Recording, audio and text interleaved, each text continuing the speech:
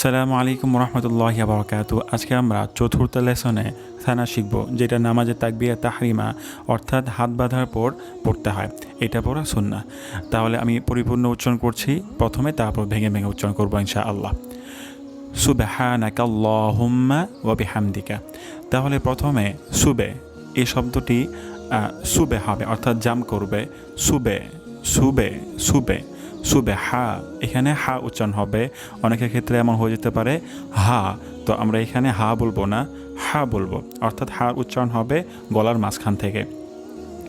সুবে হা সুবে হা নাকাল্ল নাকাল্ল, এখানে ল হবে। অনেকের ক্ষেত্রে লা হয়ে যেতে পারে, তো আমরা এখানে কেয়ারফুলি ল বলবো। সুবে হা নাকাল্ল ল, আর লতে আমরা এক আলিফ পরিমাণ টান দিব, অর্থাৎ টান দিব। সুবহানাকাল্লাহ হুম্মা হুম্মা হুম্মা সুবহানাকাল্লাহুম্মা ওয়া বিহাম, এখানেও কিন্তু হা উচ্চারণ হবে, অর্থাৎ গলার মাঝখান থেকে হা উচ্চারণ হবে।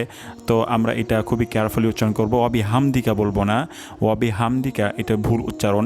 তাহলে সঠিক উচ্চারণটি হবে ওয়াবি হামদিকা, হা ওয়াবি হামদিকা সুবহানাকাল্লাহুম্মা ওয়াবি হামদিকা সুবহানাকাল্লাহুম্মা ওয়া বিহামদিকা।